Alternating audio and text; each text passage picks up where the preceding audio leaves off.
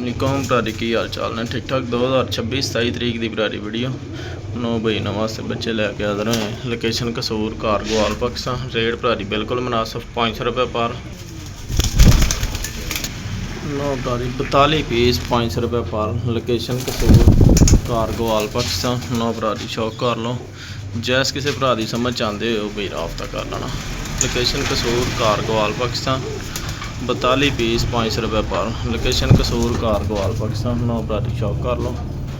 जैस किसी भरा की समझ चाहते हो बई राबता कर लेना। कार गोवाल पाकिस्तान। 9 भरारी शौक कर लो। जैस किसी भरा की समझ चाहते हो बई राबता कर लेना।